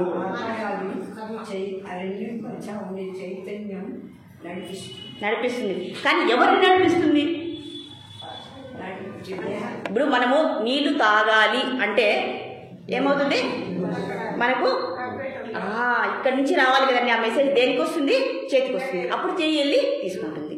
అంతేగాని ఈ శరీరం అనేది ఏమీ లేదండి, దాని యొక్క స్థితి మనం ఏమి చెప్తే అది ఉంటుంది. కాబట్టి శరీరం యొక్క ప్రాధాన్యత ఏమన్నా ఉంది ఇక్కడ? శరీరంది లేదు, ఆత్మది లేదు. ఇక్కడ ఉండేది ఎవరు? బుద్ధి, మనసు, చిత్తం, మనసు. ఈ మనసు అన్నీ చేస్తుంది. ఆ ఇంద్రియాలను పట్టుకొని ఈ మనసు పాడైపోతుంది. కాబట్టి బుద్ధిని మనము సరిగా పెట్టుకోవాలి, బుద్ధిని మనము ఆధ్యాత్మిక పరణం చేయాలి, బుద్ధికి మనము ఈ జ్ఞానం అంతా ఇవ్వాలి. అప్పుడు బుద్ధి నిర్ణయిస్తుంది. ఏదైనా మనం పని చేయాలంటే అయ్యో నాకు చేయాలనిపిస్తుంది, ఇంకో లోపల ఏం చెప్తుంది? అది చెయ్యొద్దయ్యా అని చెప్తుంది. రెండు మాటలు వస్తాయా, 2 ఆలోచనలు వస్తాయా మనలో? అది ఆలోచించారు ఎవరున్నా? ఎప్పుడైనా ఆలోచించారా? నేను మా గురువుని అడిగా, అయ్యా నేను ఒకటి చేస్తుంటాను, నా మనసులో ఇంకోటి ఉంది, ఈ పని ఎవరు చేస్తున్నారు? ఆత్మ చేస్తుందా, మనసు చేస్తుందా, బుద్ధి చేస్తుందా, చిత్తం చేస్తుందా, అహంకారం చేస్తుందా? ఏం చేస్తారు చెప్పండి? మా గురువుని అయితే నేను అన్ని క్వశ్చన్లు అడిగేస్తుంటానండి. అందుకు వాళ్ళ పేరు పెట్టేశారు నాకు. మాతాజీ అన్ని డౌట్లు అడుగుతారు, ఇంకా మేమేం అడగాల్సిన అవసరం లేదు, మా వాళ్ళు రిలాక్స్డ్గా ఉంటారు. సో అలా నన్ను ఆలోచించాను. మనం ఒకటి చేస్తాము, లోపల ఇంకొకటి చెప్తూ ఉంటుంది. ఎందుకు? ఎవరు చెప్తున్నారు? ఎందుకు చెప్తున్నారు? అలాగే ఎందుకు చెప్తున్నారు? అవునా కదండి, మనకు అనిపిస్తుంది అది బాగుంది, కానీ లోపల వద్దు, డోంట్ గో, వెళ్ళొద్దండి ఎక్కడికి, మీరు వద్దు అది అని చెప్పేస్తుంది. అది రెండు ఉన్నాయి మన దగ్గర, ద్వంద్వాలు అంటారు. వాటిని ఏమంటారు? ద్వంద్వాలు. రెండు ఎలా ఉంటాయి మనలో? ఒకరిలో 2 ఎలా ఉంటారు? దేవుడిది కూడా ఏం ఇన్వాల్వ్మెంట్ లేదు ఇక్కడ. పరమాత్మ కూడా ఏమి పట్టించుకోడు, చూస్తూ ఉంటాడు. మనం అగ్గిలో కాలిపోయినా కూడా చూస్తూనే ఉంటాడు ఆయన. అవునా కదండి? ఎందుకంటే మొత్తం స్వేచ్ఛ మనకి ఇచ్చేశారు. కాబట్టి ఇక్కడ మెయిన్ ఎవరు ఇన్వాల్వ్ అవుతున్నారంటే ఇంద్రియాలు. ఓకే, ఇంద్రియాలు తీసుకుంటాయి, మనసు బుద్ధి. మనసు వెళ్ళిపోతుంది, బుద్ధి నిర్ణయిస్తుంది. ఈ రెండు గుర్తుపెట్టుకోవాలి మనం. ఈ రెండు ఎప్పుడైతే మనము వీటి గురించి అవగాహన ఉంటే మనము ఎటువంటి పనినైనా చేయడానికి మనకు ఒక విచక్షణ అనేది వస్తుంది. ఆ విచక్షణ జ్ఞానం ఎలా వస్తుందంటే ఇలాంటి గ్రంథాలని మనము అర్థం చేసుకున్నప్పుడే. కాబట్టి మన బుద్ధిని బాగా పెట్టుకోవాలి. అలాగే బుద్ధి ఎప్పుడైతే బాగవుతుందో మనసు ఆటోమేటిక్గా బాగా అయిపోతుంది అని ఇక్కడ చెప్తున్నారు. కాబట్టి ఈ బుద్ధికి మనం ఏం చేయాలి? ఒక కుండ ఉంటుందండి, దాంట్లో పాలు వేస్తాం, నీళ్ళు వేస్తాం, ఏమన్నా వేసుకోవచ్చు, అలా కదా. అలాగే మన బుద్ధిని కూడా మనం ఏం చేయాలి? అమృతాన్ని నింపాలి. అప్పుడు ఆ బుద్ధి ఏం చెప్తుంది? ఏ మనసా నువ్వు ఇది చెయ్యొద్దు. ఆ మనసు ఇంద్రియాలు చెప్తుంది, ఏ ఇంద్రియాలు మీరేం చేయొద్దండి, బుద్ధి చెప్పినట్లే మనం నడుద్దాం అని ఇక్కడ చెప్తుంది. అది ఇక్కడ చెప్తున్నారు. కాబట్టి ఇప్పుడు అర్జునుడు చెప్పిస్తున్నాడు, అయ్యా నువ్వు శరీరం కాదు, నువ్వు 24 పదార్థాలతో ఏర్పడినవాడు, కాబట్టి నువ్వు వదిలే. ఇంకా మిగిలింది అందుకు ఆ సంఖ్య 1 2 3 అని లెక్క పెట్టాము కానీ 5 + 5 + 5 + 5. కాబట్టి ఇక్కడ సంఖ్యను తీసుకున్నామా? జ్ఞానాన్ని లెక్కించడానికి సంఖ్యను ఆశ్రయించారు. కాబట్టి సాంఖ్యయోగం. ఈ నెంబర్ని ఆ సంఖ్యని తీసుకొని జ్ఞానాన్ని అర్థం చేసుకోవడానికి దానికి పేరు సాంఖ్యయోగం అని పెట్టారు. సాంఖ్యయోగం ఆ జ్ఞానం ద్వారా లెక్కించడం ద్వారా అర్థమవుతుంది కదండి మనకు. ఇప్పుడు అర్జునుడికి ఒక ఐడియా వచ్చేసింది, ఒక అవగాహన వచ్చింది. అయితే మనము శరీరం కాదు, కాబట్టి నేను అప్పుడు ఇండైరెక్ట్గా చెప్తున్నా, కాబట్టి నువ్వు చంపవచ్చు. నువ్వు చంపకపోయినా వాళ్ళు చేస్తారు, నువ్వు చంపకపోయినా వాళ్ళు ఆల్రెడీ చచ్చిపోయారు. నువ్వెవరు చంపడానికి నువ్వెవరు, చావడానికి వాళ్ళెవరు, ఆల్రెడీ వాళ్ళు చనిపోయారు. కాబట్టి ఈ సాంఖ్యయోగం ద్వారా ఆయన మనకు ఈ జ్ఞానాన్ని బోధిస్తున్నారు అని ఇక్కడ చెప్తున్నారనమాట. కానీ ఇంకా ఇక్కడ రెండవ అధ్యాయంలో 1వ శ్లోకంలో ఈ తత్వాన్ని చెప్పినా కూడా అర్జున్ యొక్క మనసు మారలేదు. ఇంకా నాకు నువ్వు చెప్పింది ఏంది, సరే శరీరం కాదు, కానీ మా మధ్య ఉన్నటువంటి బంధం కథ ఏంటి, ఆ సంగతి ఏంటి? అవునా కదండి? ఎందుకంటే మనం ఎందుకు ఎక్కువ బంధం వేసుకుంటాం మన బంధువులతో కాదు, మన ఇంట్లో వాళ్ళతో? దానికి కారణం ఏంటి? ఎప్పుడైనా ఆలోచించామా? ఆ బంధం యొక్క తీవ్రత మనకు బాధకు కారణం. టైం అయిపోయిందా? ఓకే, ఎందుకంటే టైం చూసుకోవాలి. కాబట్టి ఇక్కడ అర్జునుడు ఏడుస్తున్నాడు, అశ్రుపూర్ణాంకనం, ఏడుస్తూనే ఉన్నారండి. ఎవరైనా ఏడుస్తారండి? ఒక రాజు. ఇంకొకటి అండి, ఇప్పుడు మెల్లగా చెప్పబోతాం అది. ఇక్కడ ఆయనకు ఈ బాధతో తీవ్ర వైరాగ్యం వచ్చేసింది. ఇంకా ఈ ధారగా ఏడుస్తున్నాడు. ఎందుకంటే ఆ మోహం వల్ల, ఆ శోకం వల్ల, ఆ దుఃఖం వల్ల, ఆ మానసిక దౌర్బల్యం వల్ల ఆయన ఏడుస్తూనే ఉన్నారు. ఇంకా కృష్ణ చూస్తున్నారు, ఈయనకి ఎక్కువైపోతుంది బాధ, ఈ దుఃఖాన్ని నేను ఎలాగైనా సరే పోగొట్టాలి అని ఈ నెక్స్ట్ శ్లోకంలో చెప్తున్నారు. అయ్యా అర్జున, కృపయా పరయావిష్టో, ఆ దయను చూపించద్దయ్యా, వాళ్ళు దుర్మార్గులయ్యా, వాళ్ళ మీద నువ్వు దయ చూపించావనుకో వాళ్ళు గెలుస్తారు, వాళ్ళు వచ్చి ఏం చేస్తారు, అన్యాయం చేస్తారు. అప్పుడు ఏమవుతుంది అందరి పరిస్థితి? నువ్వు నీ కుటుంబం గురించి ఆలోచించుకుంటున్నావు, మరి మిగతా అందరి సంగతి ఏంటి? అవునా కదండి? అవునా కదా? ఇంకొకటి, మిగతా యుద్ధాలలో అలాంటి అధర్మ పరుల్ని నువ్వు చంపవచ్చా? ఇప్పుడు మీ కుటుంబ సభ్యులు ఉన్నారని వాళ్ళని చంపవా? ఇదే న్యాయం అని అడుగుతున్నారు. ఇప్పుడు భగవంతుడు అడుగుతున్నారు. అవునా కదండి? ఇప్పుడు మనం ఎవరి పక్కకి వెళ్ళాలి? ఆలోచించాలి, నిదానంగా ఆలోచిద్దాం ఈ విషయం. ఇప్పుడు అర్జునుడు చెప్పింది అంతా మనకు ఇప్పుడు అర్థమైంది కదండి. మరి భగవంతుడు ఏం చెప్తున్నారు? ఒక్క మాటతో తెలిచేస్తున్నారు. చూడండి, ఇక్కడ ఫస్ట్ మాట చెప్పారు, ఎట్లాంటి అధర్మ పరులే, నువ్వు ఇంతకుముందు ఎన్నో యుద్ధాలు చేశావు, వాళ్ళనైతే చంపుతావా? అదే నీ కుటుంబ సభ్యులకు వస్తే నువ్వు చంపవా? అదే న్యాయం అది. నువ్వు క్షత్రియుడువు, క్షత్రియుడి యొక్క లక్షణాన్ని, క్షాత్ర ధర్మాన్ని నువ్వు పాటించాలి. నీ ధర్మం ఏంటి? అధర్మ పరులను, అన్యాయులను, తప్పు చేసే వాళ్ళని నువ్వేం చేయాలి? శిక్షించాలి. అందుకే అంటే నీ బాధ్యతని విస్మరిస్తావా? నీకు ఒక న్యాయము, పరులకు ఒక న్యాయమా అని అడిగేస్తున్నారన్నమాట భగవంతుడు. అవునా కదండి? ఈ లాజిక్ చూడండి. ఇలాంటి సందిగ్ధతలు మనకి ఎన్నో వస్తున్నాయి జీవితంలో. అప్పుడు అన్నీ ఈ ఫార్ములాని, ఈ సూత్రాన్ని మనం అన్వయించుకోవాలి. ఊరికే అవసరం లేదు. మీ ఇద్దరి సంభాషణ మనకెందుకండి? అవసరమే లేదు. మన జీవితంలో ఆ దారులు ఏవైతే ఉన్నాయో, ఆ ఆలోచనలు ఏమైతే ఉన్నాయో, ఆ జ్ఞానం ఏమైతే ఉందో అవన్నీ కూడా మన జీవితంలోనికి మనము అనువదించుకొని మనం ముక్తిని పొందాలి. అంతే కదండి, లాభం లేదు ఎటువంటి పని చేయాల్సిన అవసరం లేదు మనం, అవునా కదా. అది ధారధారగా ఏడుస్తున్నాడు అనమాట. అయ్యా నువ్వు కృప చూపించే వాళ్ళ మీద చూపించు, ధర్మపరులు ఉన్నారా వాళ్ళ మీద దయ చూపించు, ఒక సార్థకం అవుతుంది. ఆ ధర్మపరుల మీద ఏంటయ్యా నీ కోపము, నీ కృప అవసరం లేదయ్యా అంటున్నారు. అయినా కూడా ఇదేమంటున్నారు, మధుసూదన అర్జునుడు మహాజ్ఞాని అండి, అర్జునుడు చాలా మహాజ్ఞాని, అన్నీ తెలుసు ఆయనకు, వేదాంగాలన్నీ తెలుసు. మళ్ళీ మధుసూదన అంటున్నారు అనమాట. చూడండి, మళ్ళీ అంతా ఓకే అర్థమవుతుంది, కానీ మధుసూదన ఇంకా నాకు ఈ అజ్ఞానం, ఇంకా కన్ఫ్యూషన్ ఉంది, నాకు ఇంకా సందిగ్ధంలో ఉండాలి. మీరేం చెప్తారు? మధుసూదన అంటే ఏమి అర్థము? మధు అనే రాక్షసుని చంపింది ఒక అర్థం అంటే, ఇంకొక అర్థం ఏంటంటే మధు అంటే ఏమి? మధువు తేనె. ఓకే, తేనె, తేనె మొదట్లో ఎలా ఉంటుందండి? కొంచెం నాకితే తీయగుంటుంది. 1 లీటర్ తాగేస్తామా? అప్పుడు ఏమవుతుంది? అదే మనకి ఏమవుతుంది, లోపల విషంగా మారుతుంది, అవునా కదండి. దానికి మళ్ళీ మనం మందుని తీసుకోవాలా? మందుని ఎందుకు తీసుకుంటాం? లోపల విషం ఉంది కాబట్టి. అలాగే ఈ అహంకారము, మోహము, అహంభావము ఇవి మొదట్లో బాగానే ఉంటాయండి, అవునా కదా. మనం ఇది ఎవరి మీద కొట్లాడినాం అనుకోండి, వాళ్ళు తగ్గారనుకోండి, అబ్బా నేనే గెలిచాను, సూపర్ అందా విన్నర్, నేనే గెలిచాను. వాళ్ళు ఏమనుకుంటారు, వీడితో నాకు ఎందుకు వచ్చిన గొడవ అనుకుంటారు. వాళ్ళు జ్ఞానులు, తెలివైన వాళ్ళు. వీడని నేను చెప్పిందే జరగాలి ఇంట్లో, అంతే కదండి. మన పెద్దలందరూ కూడా నేను చెప్పినట్లే జరగాలి, మీకు ఏం తెలియదు. అప్పుడు మనం కామ్గా ఉన్నామనుకోండి, వాళ్ళు ఎంత హాయో.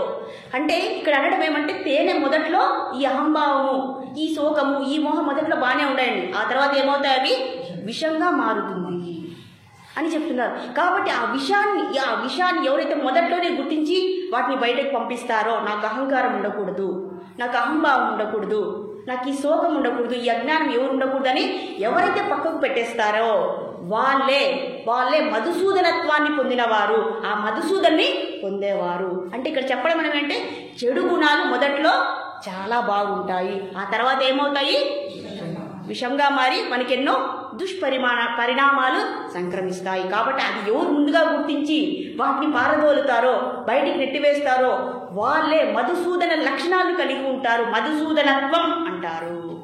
చెడుని ఎవరైతే ఇది చెడు, నాకు వద్దు, ఎంత లాభమైనా పర్వాలే నాకు వద్దు అని ఎవరైతే గ్రహిస్తాడో అటువంటి వివేకుడే మధుసూదనత్వాన్ని పొందినవాడు, ఆ మధుసూదన్ని పొందుతాడు అని ఇక్కడ మధుసూదనత్వంలో, మధుసూదనలో అంత అర్థం ఉంది అని ఇక్కడ చెప్తున్నారు. ఇంకా 2.2 అంటే మధ్యలో చెప్పేస్తుంటాను, మీరేమనుకోకండి. 2వ అధ్యాయంలో 2వ శ్లోకం. ఇక్కడ భగవానుడు మొట్టమొదట మాట్లాడేస్తున్నారు. ఇప్పుడు అయ్యా ఇంతవరకు నువ్వు చెప్పినటువంటి దాన్ని అంతా చక్కగా విన్నాను.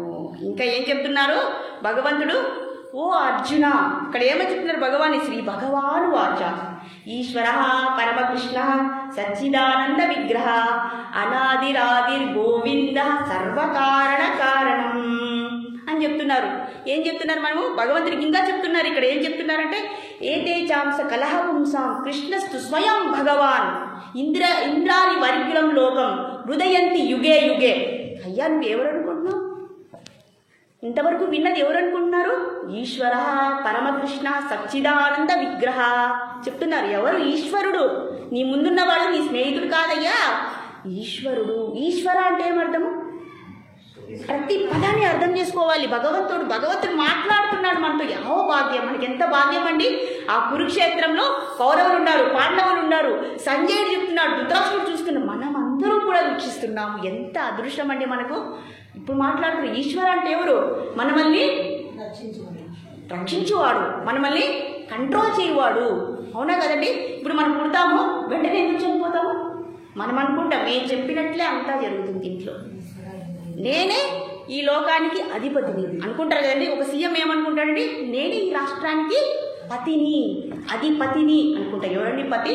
కొన్ని 5 ఏళ్ల తర్వాత ఆయన పరిస్థితి ఏమవుతుందండి? అవునా కదా? ఇప్పుడు జరిగేది.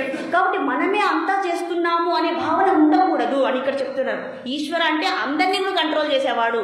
ఈశ్వర పరమకృష్ణ ఆయనే ఇప్పుడు ఎన్నో అవతారాలు ఉన్నాయి, కానీ ఆయన నిజమైన అవతారమే కాదు, నిజ స్వరూపము. భగవంతుడు అంటే ఇక్కడ నిజమైనటువంటి అర్థాన్ని ఇక్కడ చెప్తున్నారు, నేను చెప్పింది కాదు. ఇది భగవద్గీతలో భగవంతుడే నేరుగా చెప్తున్నారు. ఏ అవతారంలో ఆయన నేను భగవంతుణ్ణి అని చెప్పలేదు, కానీ ఈ అవతారంలో ఎదురుగా చెప్తున్నాను, ఈశ్వరుణ్ణి నేనే, నీ ముందవాణ్ణి నేనే, భగవంతుణ్ణి నేనే, పరమకృష్ణ. ఈ మిగిలిన చిన్న చిన్న అవతారాలు కాదండి. ఈయన ఒరిజినల్గా గోలోక విజ్ఞానంలో ఏమున్నాడో అలానే దిగేశాడు.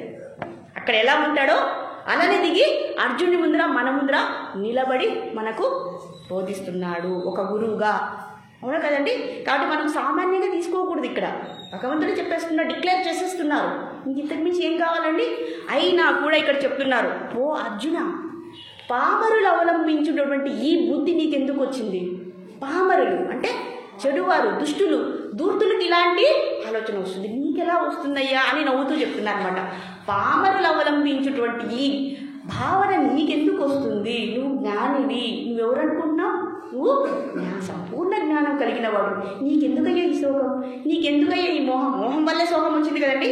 మోహం వల్లే నాది నాది అనడం వల్లే అది మోహం, దానివల్లే బాధ వచ్చింది, దానివల్ల ఆయన పడిపోయాడు, యుద్ధంలో చేయకుండా అలానే పడిపోయాడు. ఎందుకయ్యా ఇంత నువ్వు బాధపడుతున్నావు? అవసరం లేదయ్యా అని ఇక్కడ చెప్తున్నారు. కాబట్టి ఈ శోక మోహ ఇప్పుడు వాళ్ళకే కదండి, అర్జునకి చెప్తున్నాడంటే మనం కూడా ఎటువంటి బాధ వచ్చినా మనం శోకించకూడదు. ఎంత ఈజీగా చెప్పేశారు మాతాజీ, నేను చెప్పడం లేదు. ఇక్కడ భగవంతుడు చెప్తున్నారంటే ఒక అర్థం ఉంది కదండి. ఆయన తెలియకనే చెప్తారా? మనకంటారు, మనం ఏడుస్తుంటే వచ్చి అమ్మ బాధపడద్దంటే ఈమెకి బలి తెలిసిలే, నా బాధ తెలిస్తే ఏమిటి? అవునా కదండి? కానీ ఇక్కడ స్వయంగా భగవానే చెప్తున్నారు అంటే దాని పరమార్థం ఆయన తెలుసు కదా. ఈ దుఃఖం ఇప్పుడు వస్తుంది, రేపు వెళ్ళిపోతుంది, అంతలో మాత్రం నువ్వు ఎందుకు శోకిస్తావు? బాధపడద్దు, బాధించవద్దు, బాధపడి ఈ శోకము, మోహము, రాగ ద్వేషాలు, ఈ మోహము వదులు, నిజంలోనికి రా, వాస్తవంలోనికి రా. నువ్వు బాధపడేటటువంటి వ్యక్తిత్వం కాదు ఇది, నువ్వు ఆత్మవి, నువ్వు సచ్చిదానంద విగ్రహంవి. నేను సచ్చిదానంద విగ్రహాన్ని, నువ్వు కూడా సచ్చిదానంద విగ్రహం. నేను బాధపడను అంటే ఈ భౌతిక పరిస్థితులకి నేను లోను కాను, ఈ సుఖ దుఃఖాలకి నేను బాధ్యని కాదు, నాకు రావు, నేను వాటిని తీసుకోను. అంతేకాదు ఈ భౌతిక జగత్తులో ఉండేది ఏంటి? జానడు సుఖమైతే బారడు దుఃఖం. కాబట్టి నువ్వు ఆత్మవి, నీకు ఈ భౌతిక ప్రపంచానికి సంబంధం లేదయ్యా. నువ్వు తాత్కాలికంగా వచ్చావు. నువ్వెందుకు వచ్చావు? నీ కర్మ వల్ల నువ్వు వీడికి వచ్చావు. ఎందుకు వచ్చామండి మనం వీడికి? కర్మ వల్లని చెప్పుకున్నాం కదా మనం. కాబట్టి కర్మ ఆ పని ఏదో చేసుకొని వేరే ఊరికి వెళ్తారండి, మనం వెళ్తాము, ఆ పని పూర్తి చేసుకొని మళ్ళీ మన ఊరికి వచ్చేయాలి కదా. మరి నా ఊరు అదే అని అనుకుంటే ఎట్లా? అది నీ అజ్ఞానము, అవిద్య. అది వదిలయ్యా. నీ నిజస్వరూపం నేను చెప్తున్నాను, నువ్వు సచ్చిదానందవి, నేను సచ్చిదానం. ఎప్పటికీ మనం ఆనందంగా ఉండాలి. ఈ భౌతిక జగత్తులో కూడా ఈ జ్ఞానాన్ని తీసుకుంటే మనం ఎవరుని అర్థమైతే మనం కూడా ఆనందంగా ఉండాలండి. ఎన్ని చూడండి, పుట్టేటప్పుడు ఏడుస్తాం, కానీ పోయేటప్పుడు మాత్రం నవ్వాలి. ఎవరు నవ్వుతారు? దేహినోస్మిన్ యథా దేహే కౌమారం యవ్వనం జరా తథా దేహాంతర ప్రాప్తి ధీరస్తత్ర న ముహ్యతి. ఎవరైతే ధీరుడు, ఎవరిని ధీరుడు అంటారు తెలుసా? పుట్టిన తర్వాత ఈ జ్ఞానాన్ని తెలుసుకుని ఎప్పటికీ సంతోషంగా ఉండి వెళ్ళేటప్పుడు ఎవరైతే నవ్వుతూ వెళ్తారో భగవంతుడి దగ్గరికి, వాడు ధీరుడు. చెప్పేశాడు భగవంతుడు. 18 చాప్టర్స్, 18 అధ్యాయాలు చెప్పకముందే చెప్పేస్తున్నారు భగవంతుడు. హింట్ ఇచ్చేస్తున్నారు, అయ్యా ఇది నువ్వు, అది నువ్వు, ఇది ఎందుకు శోకిస్తున్నావయ్యా? నువ్వు కాదయ్యా చంపేది. అసలు ఎవరిని చంపలేము మనము, ఆత్మని చంపలేము. అవునా కదా? అస్త్రశస్త్రాలు ఏం చేయలేవు, గాలి ఏం చేయలేదు, నీరేం చేయలేదు, అగ్ని ఏం చేయలేదు, ఎవరు ఏం చేయలేరు. మరి ఎందుకు? కాకపోతే మీకు ఒక ఉదాహరణ చెప్తారు. మరి ఎందుకు చంపన్నారు?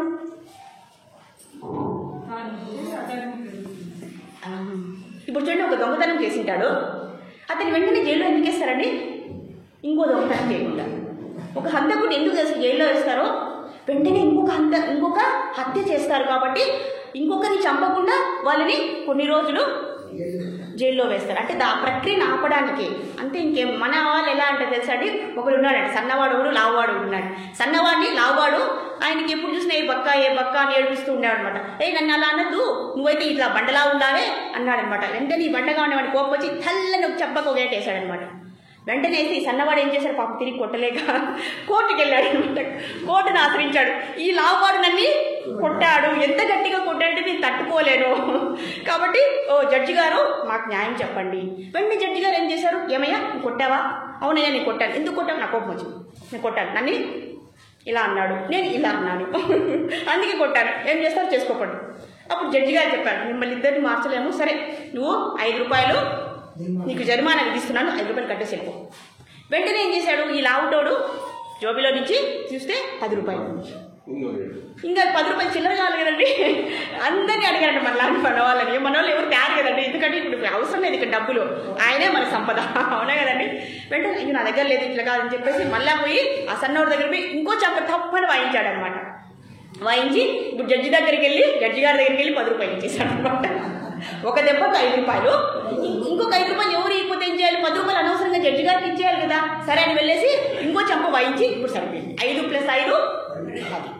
ఇదండి మనం దొంగల్ని జైల్లో పెడితే కూడా వాళ్ళకి ఏం మార్పు రాదండి, ఎందుకంటే జ్ఞానం లేదు కాబట్టి. మళ్ళీ ఏం చేస్తాడు, ఆ శిక్ష కాలం అయిపోయిన తర్వాత మళ్ళీ బయటకి ఇచ్చి మళ్ళీ ఇంకో ముహూర్తం పెడతారనమాట రాత్రిపూట, అభిజియత్ ముహూర్తము. అభిజియత్ ముహూర్తము మీరు అట్లనే ఎవరు చేస్తారు. అభిజియత్ ముహూర్తంలో ఎటువంటి పనిని ప్రారంభించినా విజయీ భవ. కాబట్టి అభిజిత్ ముహూర్తాన్ని ఎంచుకుంటారండి దొంగలు.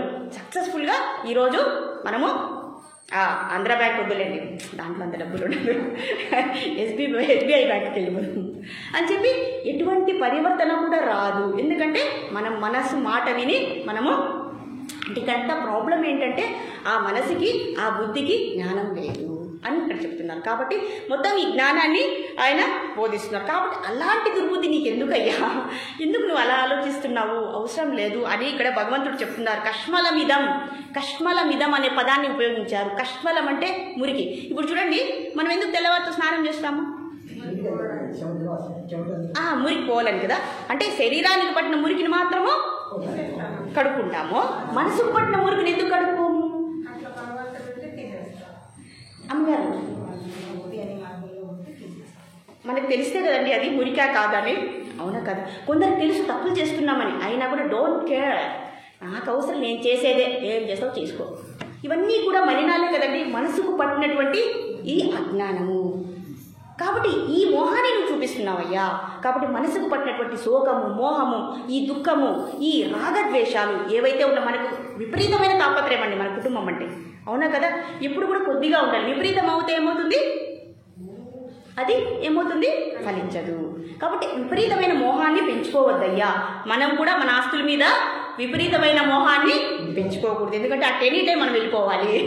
మనం ఏం చేయాలి, నేను కథ చెప్పుకున్నాం కదండి, 6 అంతస్తుల బిల్డింగు చెప్పుకున్నాం కదా, 6 అంతస్తుల బిల్డింగ్ కట్టాడనమాట నాలాంటోడు. కట్టేసి 6 అంతస్తులు ఆయన కాపురం ఉంటున్నాడు, 5 అంతస్తులు బాడీకి ఇచ్చేశాడు. అందరినీ మనలాంటి వాళ్ళందరినీ పిలిచి, అయ్యా నా భవనాన్ని చూద్దురండి, గృహప్రవేశానికి మంచి విందుని ఏర్పాటు చేశాడు, లడ్డూలు ఇంకా అన్నీ ఉన్నాయన్నమాట, మనకి ఇష్టమైనటువంటి మహాపదార్థాలన్నీ ఉన్నాయి. అందరికీ మంచి భోజనం పెట్టి వాళ్ళు తిరిగి వెళ్ళేటప్పుడు ఇలాంటి బుక్ ఇస్తారనమాట, ఒక నోట్స్, నా ఇంద్రభవనము ఎలా ఉందో కొద్దిగా రాసుకోండి. అందరూ తిన్నవాళ్ళు హాయిగా ఆ బుక్కులు, ఆహా ఇంద్రభవనం మహాభవనం, ఇంద్రుడికి కూడా ఇలాంటి భవనం లేదయ్యా. కాకపోతే అప్పుడు లిఫ్ట్ లేదండి, 6 అంతస్తులు. మరేం చేశారు, ఒక సన్యాసిని పిలిచారు, అయ్యా ఊళ్ళో అందరూ వచ్చేసారు, ఇంకా నువ్వు ఒక్కడు మాత్రమే, నువ్వు కూడా విచ్చేసి నా ఇల్లుని పావనం చెయ్యి. ఆ సన్యాసి 5 అంతస్తుకు వెళ్ళి ఎక్కి పాపం ఎక్కి వెళ్ళారనమాట. అక్కడ మంచి విందును ఆరంభించి ఆ తర్వాత ఈయన ఏమన్నాడు, ఈ లక్షాధికారి, అయ్యా మీరు వెళ్ళేటప్పుడు ఈ బుక్లో ఈ ఇంద్రభవనం గురించి మీ అభిప్రాయం కొంచెం రాయండి అన్నారన్నమాట. ఆయన అంటే నేను రాయలేనండి, కాబట్టి మాట్లాడతా, మీనాక్షి మాతాజీలాగా ఎంతసేపు అయినా మాట్లాడతాను అని చెప్పారనమాట. అప్పుడు ఆ సన్యాసి అన్నారంట, చాలా బాగుంది, అన్ని ఫెసిలిటీస్ అన్ని లక్షణంగా ఉన్నాయి, కాకపోతే నాకు ఒక చింత ఉంది, అదేంటంటే ఒకవేళ నువ్వు మరణించావనుకో, నిన్ను 6 అంతస్తు నుంచి కిందికి ఎలా దించాలి, ఆ దించే వాళ్ళు ఏమైపోతారు అని నాకు బాధగా ఉంది. 6 అంతస్తు దించాలి కదా నువ్వు శరీరాన్ని, వాళ్ళు ఏమైపోతారు, నీ శరీరం ఏమైపోతుంది, నువ్వు సేఫ్గా కిందికి వస్తావా అని అడిగారు. అప్పుడు ఈ లక్షాధికారి, ఓ మై గాడ్ నాకు ఏమీ వద్దు, ఈ బంగ్లా వద్దు, ఏమీ వద్దు, నేను అంటే నీ చచ్చిపోతానా గురువుగారు అంటే, తప్పకుండా ఇందులో ఏమన్నా డౌట్ ఉందా, నీకేమన్నా రాసిచ్చారు యమధర్మరాజు, యమధర్మరాజు తప్పకుండా వస్తాడు, ఈ విల్ కమ్, ఈ మస్ట్ కమ్. ఎవరైనా అనుకుంటారండి చావు భయంకరమైంది, నేను మర్చిపోతా, ఏం చేస్తాను చావడం నాకు ఇష్టం లేదు, నేను మర్చిపోయేస్తే మళ్ళీ ఏమవుతుంది కానీ ఒకటంటే అలా ఉంటే యమధర్మరాజు వచ్చి ఆ రాజు రాత్రికి తీసుకొని వెళ్ళిపోయాడు అన్నాడు. రాత్రికి తీసుకునే మార్గంలో ఈయనకు అర్థమైపోయింది, ఓహో అయితే పెద్దవాళ్ళు చెప్పారు నేను వినలేదు అని అనుకున్నాను అనమాట. పోతూ పోతూ ఒకసారి ఆయనకి కుటుంబం అంటే చాలా ఇష్టం అండి, పాపం వాళ్ళ కోసం ఎంతో సంపాదించారు కదండి. యమధర్మరాజా నీ అనుకుంటే నేను వచ్చేస్తాను, ఇంకేం అవసరం లేదు, ఒక్కసారి నేను వెనక్కి తిరిగి చూస్తా, ఇది తీసేయండి ఒకసారి ఈ పాసము, నాకు వెనక్కి తిరగడానికి కష్టం ఉంది అని పాసం. సరే అయ్యా నీ చివరి కోరిక కదా, సరే కానీ ఆ పాసాన్ని తీసేశాడు. వెంటనే వెనక్కి తిరిగి చూశాడనమాట. వెనక్కి తిరిగి చూస్తే ఎవ్వరూ రాలేదు, ఎవ్వరూ. కానీ ఇంట్లో ఏమన్నారు, అయ్యా నువ్వు లేకపోతే నేను ఉండలేను, నేను భార్య, నువ్వు లేకపోతే మేము బతకలేమని పిల్లలు తల్లిదండ్రులు ఇలా చేసేవారు. కాబట్టి ఆయన కుటుంబంతో ఆయన చాలా అటాచ్మెంట్ ఏమంటారు, అంత అనుబంధాన్ని పెంచుకునేసాడు. తీరా అక్కడికి వెళ్ళిపోయిన తర్వాత చూశాడు, మా వాళ్ళు ఎవరైనా వచ్చారో, ఒక్కరన్నా వచ్చారా చూశాడు, బట్ ఎవరు రాలేదు. ఎంత బతికినాను, ఎంత కష్టపడినా ఈ కుటుంబం కోసం, ఒకడన్నా వచ్చాడా? ఓ యమధర్మరాజా నువ్వే కరెక్ట్, వేసేది నాకు పాసం, నేను వచ్చేస్తాను, నువ్వే బెటర్, నువ్వే నాకు మిగిలావు లాస్ట్కు అని అర్థమైంది. అదండి పరిస్థితి. అది ఇవన్నీ కూడా అర్జునాకు చెప్తున్నారా మనం చెప్తున్నారా? అన్నీ కూడా మనకే వస్తున్నాయి. I think it's time up. So ఈ విషయాలన్నీ కూడా మనము సారీ అప్పుడప్పుడు ఇంగ్లీష్ చెప్పేస్తుంటాను, ఎందుకంటే ఇంగ్లీష్లోనే చదివాను, ఇంగ్లీష్లో అందరికీ ఇంగ్లీష్ చెప్పి నాకు అదే వస్తుంది, క్షమించాలి మీరందరూ కూడా, పొరపాటుగా వస్తుంది. కాబట్టి ఈ విషయాలన్నింటినీ కూడా మనము ఇప్పుడు కృష్ణ చెప్పినటువంటి విషయాలన్నీ కూడా మనం అర్థం చేసుకొని సీరియస్గా పాటించడానికి ప్రయత్నిస్తే మనం ఉత్తమ గతికి వెళ్తాము అనేటువంటి మంచి లక్ష్యంతో విశ్వాసంతో మనం హరే కృష్ణ కృష్ణ కృష్ణ హరే హరే, హరే రామ నువ్వు చెప్పరా నా కోసము, నేను చెమటలు పట్టుకొని ఎంతగా చెప్తున్నానండి. అంటే నేను అది కాదు, ఫ్యాన్ కోసం కాదండి, ఈ ఫెసిలిటీ అవసరం లేదండి. హరే కృష్ణ చెప్తే చాలండి, ఒక్కసారి చెప్తే చాలు. హరే కృష్ణ కృష్ణ కృష్ణ హరే హరే, హరే రామ రామ రామ హరే హరే. ఈ మంత్రాన్ని ఎప్పుడైనా చేయొచ్చు, ఎక్కడైనా చేయొచ్చు, ఏ టైంలో అయినా చేయొచ్చు, ఎన్నిసార్లైనా చేయొచ్చు. ఈ 16 పదాలే మనల్ని దాటిస్తాయి. పుత్రుడు మనల్ని దాటిస్తాడా లేదండి, పున్నామనకం, కానీ ఈ మంత్రం మనల్ని దాటిస్తుంది. అలాగే గోమాత కూడా మనల్ని దాటిస్తుంది, అవునా కదండి. కాబట్టి గోవును పెంచుకోవాలి అని చెప్తాను. మీకు షార్ట్ కట్స్ చెప్పేస్తున్నానండి. ఈ ప్రాసెస్లో మనకి ఎంత టైం పడుతుందో తెలియదండి. మనం ఎప్పుడు వెళ్ళిపోతామో, ఎప్పుడు ఉంటామో, ఎవరు కాపాడుతుంది, కానీ గోమాత కాపాడుతుందండి. మన గురువుతో పాటు మన సాయిబాబా వారి యొక్క ఆధ్యాత్మిక ప్రబోధనతో పాటు మనం చేయాల్సినటువంటి షార్ట్ కట్స్ ఏంటంటే, ఎప్పుడైనా సరే తులసిదళాన్ని భగవంతుడి యొక్క దగ్గర పెట్టండి. అయ్యా నా ఆత్మ, నా దేహం, నా శరీరం అన్నీ కూడా నీ పాదాల దగ్గర పెడుతున్నాను, ఇంకా బాధ్యత నీదే, ఏం చేస్తావో నేను కాపాడుకో. అలాగే గోమాత చుట్టూ కూడా మనము ప్రదక్షిణ చేయాలి, ఎందుకంటే వైతరణి నది నుంచి కాపాడేది గోమాత మాత్రమే. ఎవరికి? ఎలాంటి భక్తులకు కాదండి, ఇలాంటి శుద్ధ భక్తుల గురించి నేను చెప్పట్లేదు, నా అలాంటి పాపాలు చేసిన వాళ్ళకి. వైతరణి నది నుంచి, వైతరణి అంటే ఏముంటుంది అసలు, దాంట్లో రక్తము, మలినాలు అన్నీ ఉంటాయి. అది దాటాలంటే మనకి ఎన్నో ఒక సంవత్సరం పడుతుంది అంటారు, ఈ గరుడ పురాణం చెప్తుంది. కాబట్టి మధ్యలో ఇలాంటి కొన్ని పుణ్య కార్యక్రమాలు చేస్తే మనం త్వరగా మనకి గ్యారంటీ వస్తుంది. నేను అదే పని చేస్తానంటే మీ అందరికీ కూడా ఆ బెనిఫిట్, ఆ లాభం రావాలని నేను చెప్పాను. అంతకుమించి మీకు ఇష్టమైతేనే చేయండి. ఓకే, హరే కృష్ణ కృష్ణ కృష్ణ హరే హరే, హరే రామ్ రామ్ హరే. శ్రీ సత్యసాయి బాబా భగవాన్ కి జై, ఆల్ వైష్ణవాస్ కి జై, ప్రభుపాద్ కి జై. హరే కృష్ణ. ఎక్కువ టైం తీసుకునేసాను, అయ్యో.